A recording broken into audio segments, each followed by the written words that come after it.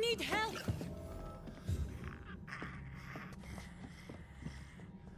What do we have here, nurse? Patient Raz Van Vasily. High fever running on 3 days.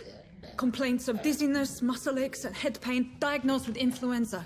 Treatment? Aspirin and salicin for the fever and discomfort. Liquids for dehydration, but he's having trouble keeping even water down. Thank you, nurse. Anything else I should know? He did lose consciousness this morning, but he's never had convulsions like these. He's not convulsing, he's choking. He's not getting any air. Scalpel!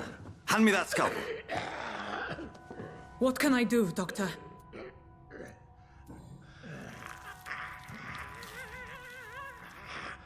I need to perform a tracheostomy. Short pipe. That rubber tube will do.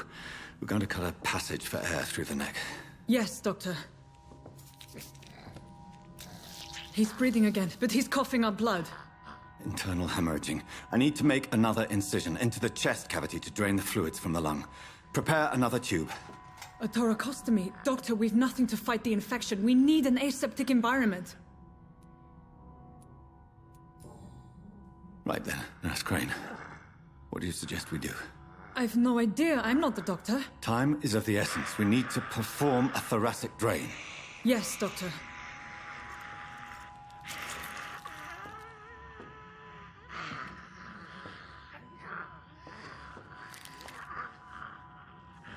He's still bleeding, Doctor.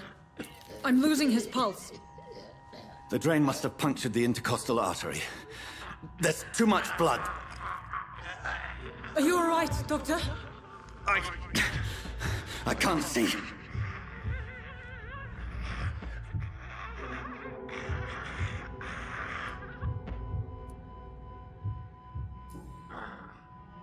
I must first suture the artery. Find the wound.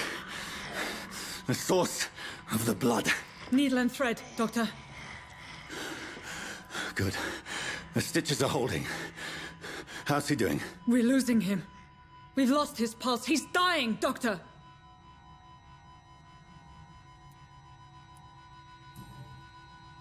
Cardiac massage, now. Cardiac... What? Are you making this up as you go along?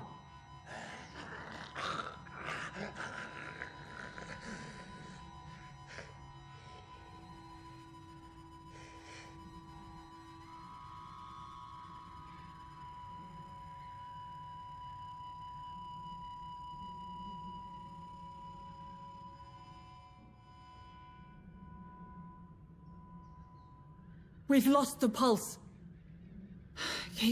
He's gone, Doctor. Nurse, we did everything we could. Truly? Everything you could? Is that how you'll report this in your log? Is this how the war went? Piling up one poor corpse beside the next? This was not an influenza-induced seizure. I've never seen symptoms like these on the continent.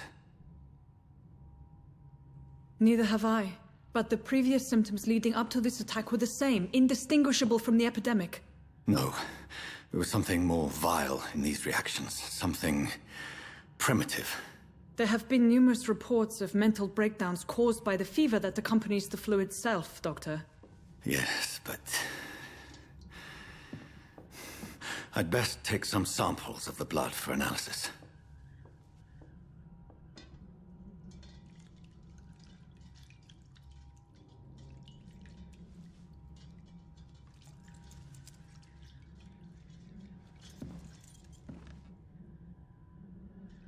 I doubt you're here to test my bedside manners.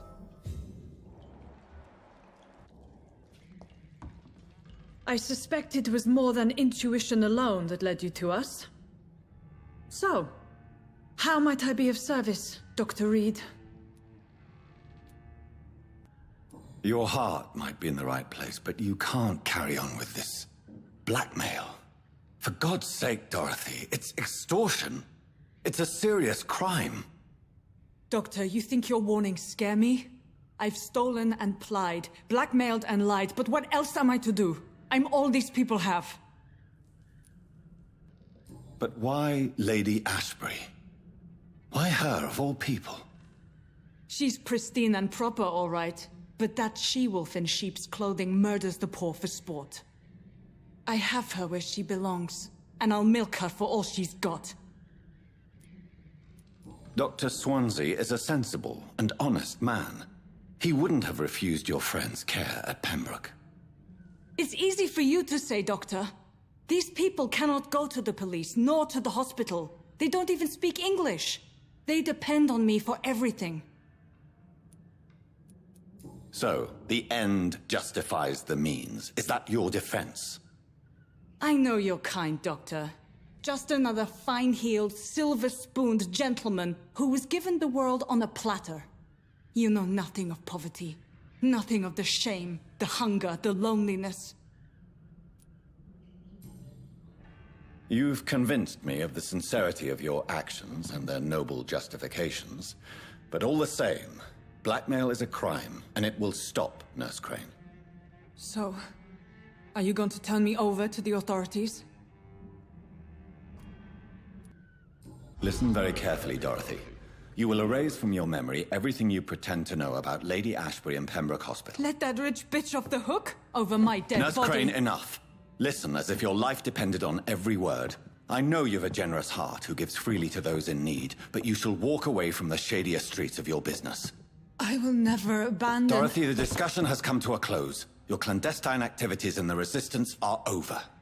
Let it go. I'll let it go. Yes. All gone.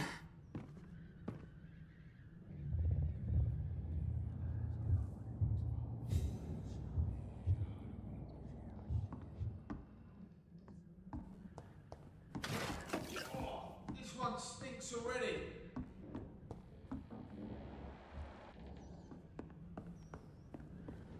It's one of them!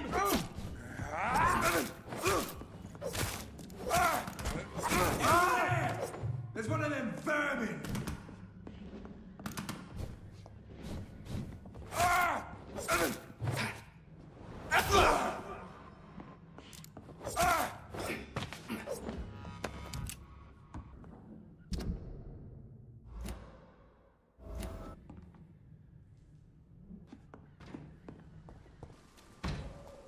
It's one of them!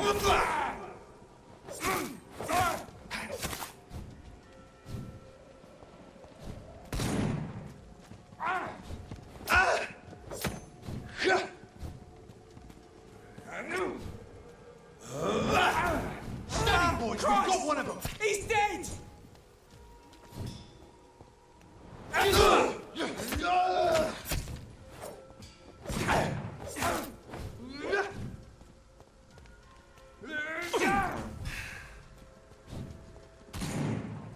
Back in the grave, you!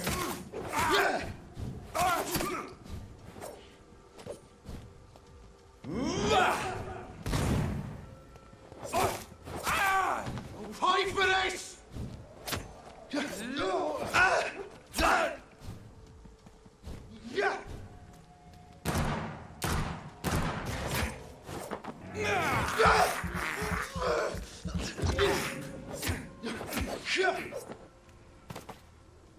Hello, Mr. Petrescu. Hello, Dr. Reid. Come on in.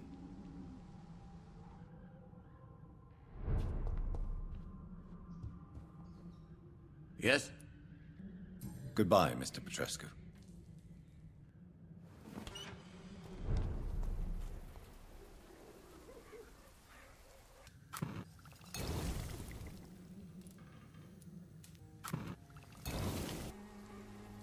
Good evening, Christina. Change your mind, Mr. Reid? Do you need any assistance, Miss Popper? It depends on the price of your medicine. I am shocked that you would think I am that sort of man. Forgive my suspicion. I'm so used to liars with good manners.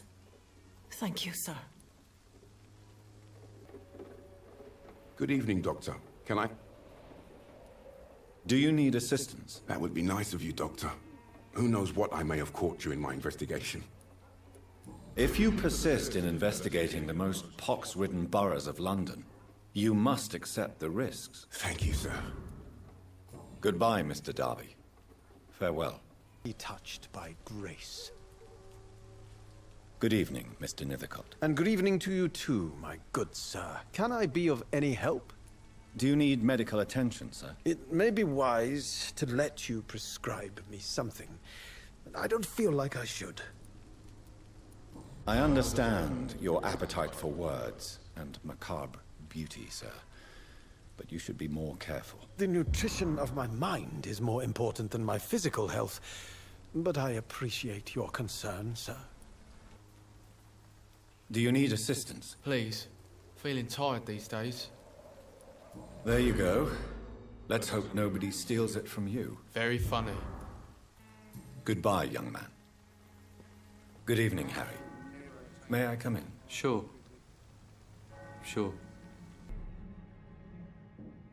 So, may I ask you a few questions? I'm not bothered. What could be worse? Do you need any medical help, young man? Yes, I do. I feel so tired. I don't know if it's the epidemic, but everything seems so hard. You'll feel better with this. But you need to get a grip, young man. Medication alone won't cure melancholia. I'm not sure I'm happy with the idea of living long in a world like this. But I thank you for your concern, sir. Would it ease tensions with your father if he got an honest job? Because he tried, you know. I can't say. I'd be glad if he dropped his thuggish activities. But I'm not sure it would be enough. Why is that? Sometimes I suspect it's me, Dr. Reid. Or it's this life. It's like I can't find my place. Goodbye, young man. Take care.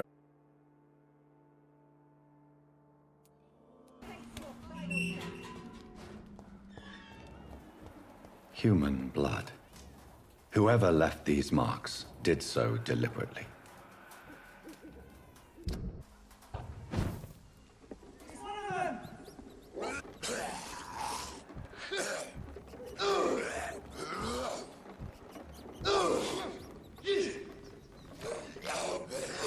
He's dead! Kill him, boy!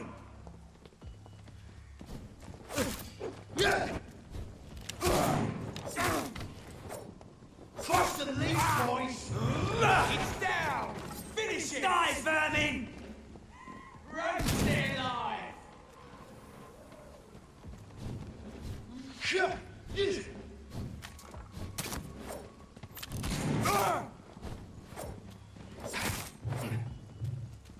Let's pin it down!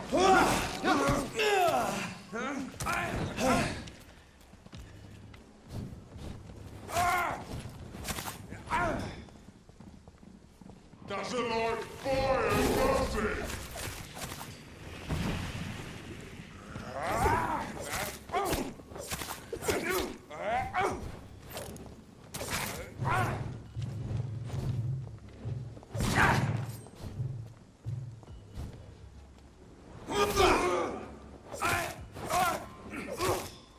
Fuck, he's dead! Filthy fucking beast! Burn, vermin!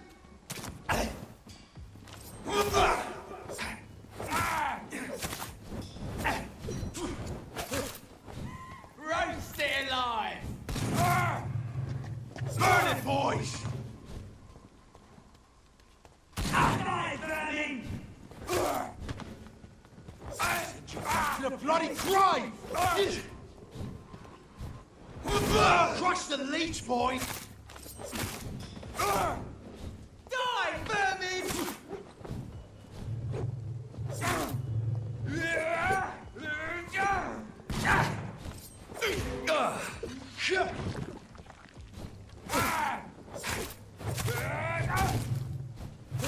Burn it, boys! Die, vermin! Yeah! Die, vermin!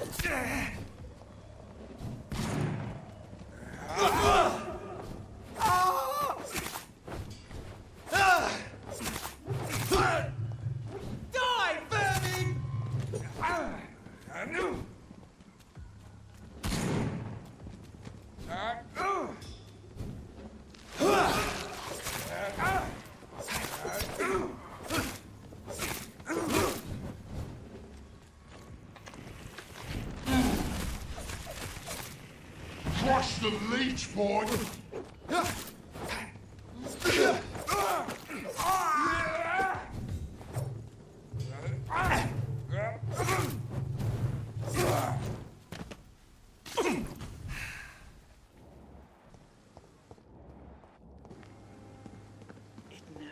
It's locked, all right. How you, the dead, seem...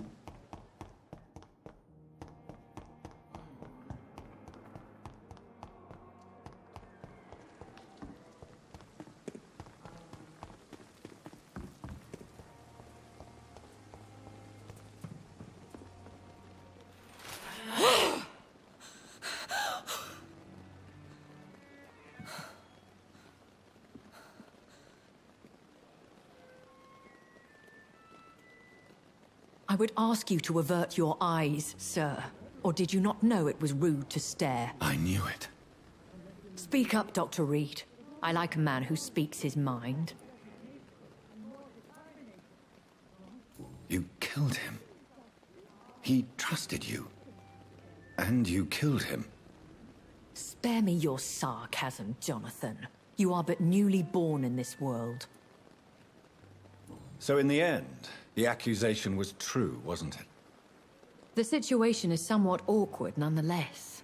I have not been observed sustaining myself for many decades. I have to say I'm a trifle embarrassed. Anyway, I have concluded my inquiries concerning your blackmailer. I see. Please excuse my agitated state. Under normal circumstances, I wouldn't let anyone see me in this condition. The case is closed, your ladyship. The person who took advantage of you has, shall we say, seen the error of her ways. So who was it? My lady, the blackmailer was dealt with using the utmost discretion. The culprit's identity is of no relevance. Thank you, Jonathan. That is exactly what I needed from you. You have proven your loyalty, so, as a friend, please accept this small token of my appreciation. Thank you, my lady. If you have an inclination to learn more about vampires or your current situation, I will be glad to aid you in your quest for knowledge. I've been hearing a voice talking in my head. Is this some kind of insanity? It feels like the voice of the vampire that created me. Hush. Tell no one this. It would be unwise to talk of such things amongst British immortals. Speak no more of your maker. Excuse my forwardness, but... are you my maker? Me? Goodness, no. Only a foolish immortal would create a progeny without taking precaution, and I'm no fool. How could this cause offense? Only the powerful immortals can mentally call to their progeny. No vampire or hunter will sleep easy, knowing that an unidentified elder is stalking the streets of London. A vampire? Is that what I am? What we are? Such a crude word, defined by penny dreadfuls and drunken hacks. No. You are now an Ekon, and that you shall remain. Are you an Ekon too? Yes, I am. We are the closest thing to what man refers to as vampires. Forget what you think you know about us. So we are Ekons. How can I identify us amongst other vampires? How to put it? All Ekon are vampires. But all vampires are not Ekon. We are but a branch of the immortal tree. I don't understand. Why was I created and then left for dead? That is a question only the one who made you can answer. It's not normal practice. I doubt even if you find him, he will answer you, considering how cruelly he treated you. So me being a vampire could have been a mistake. I very much doubt it, Jonathan. Contrary to the legends, it is not as simple to make another vampire by just biting someone. I'd like to avoid creating another vampire by mistake anyway. Tell me, How is it done? The process is dangerous. It could even kill your potential progeny. If you did decide to sire an offspring, they must drink of your blood, Jonathan.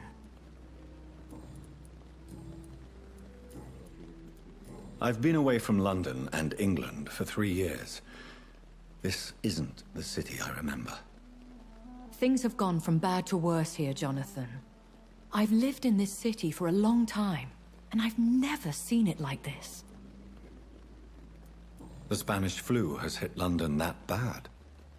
Yes, but it's not just that. I've heard things. Things I've not heard for a very, very long time. There are whispers in the shadows. Something far worse than the Spanish flu is here in the city. What is it you fear? Fear has long since flown this form. But there is something malevolent circling us. I feel fear is merely waiting in the wings. Are there many vampires here in London? Immortals are of a rare breed, and we often tend to hide. But you may occasionally meet some of us at night. Do you know any of them?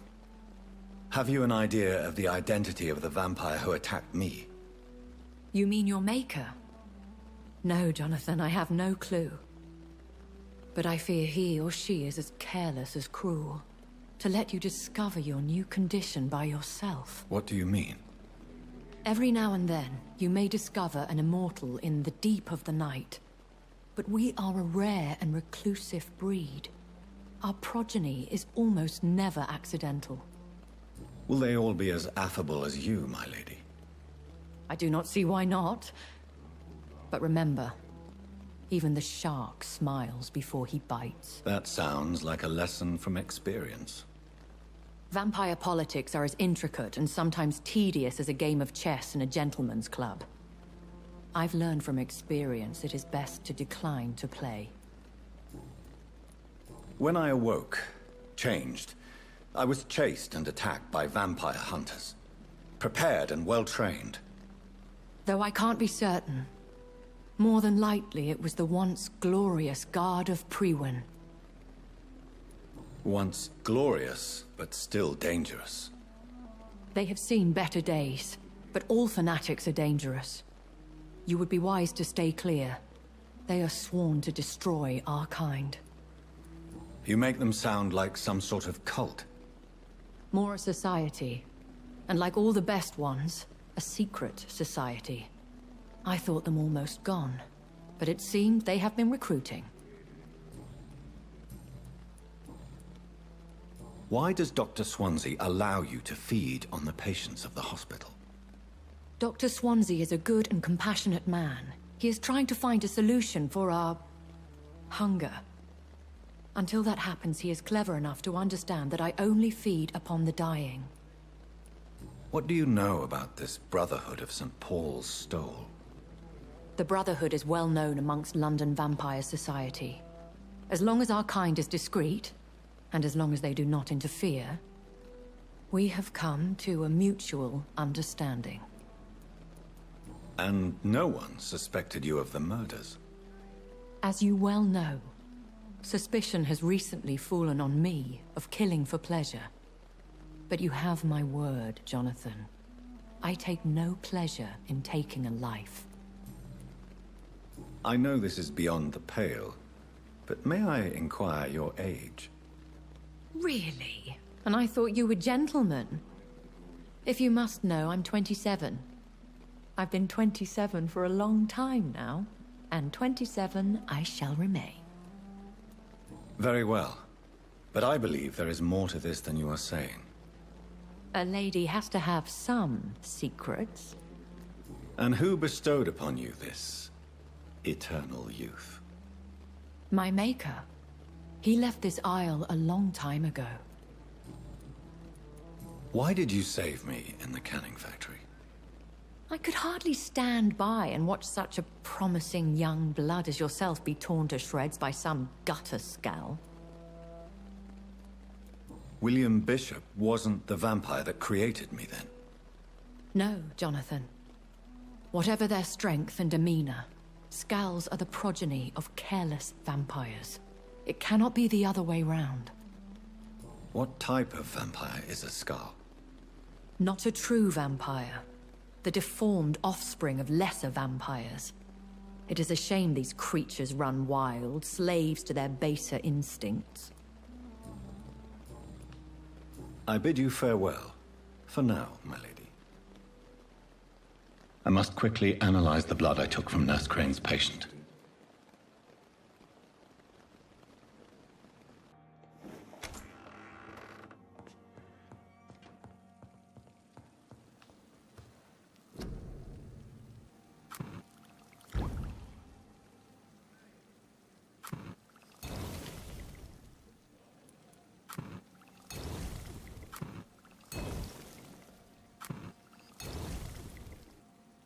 Razvan Vasily was infected by Spanish flu, but also has the highly unstable blood of the Skulls.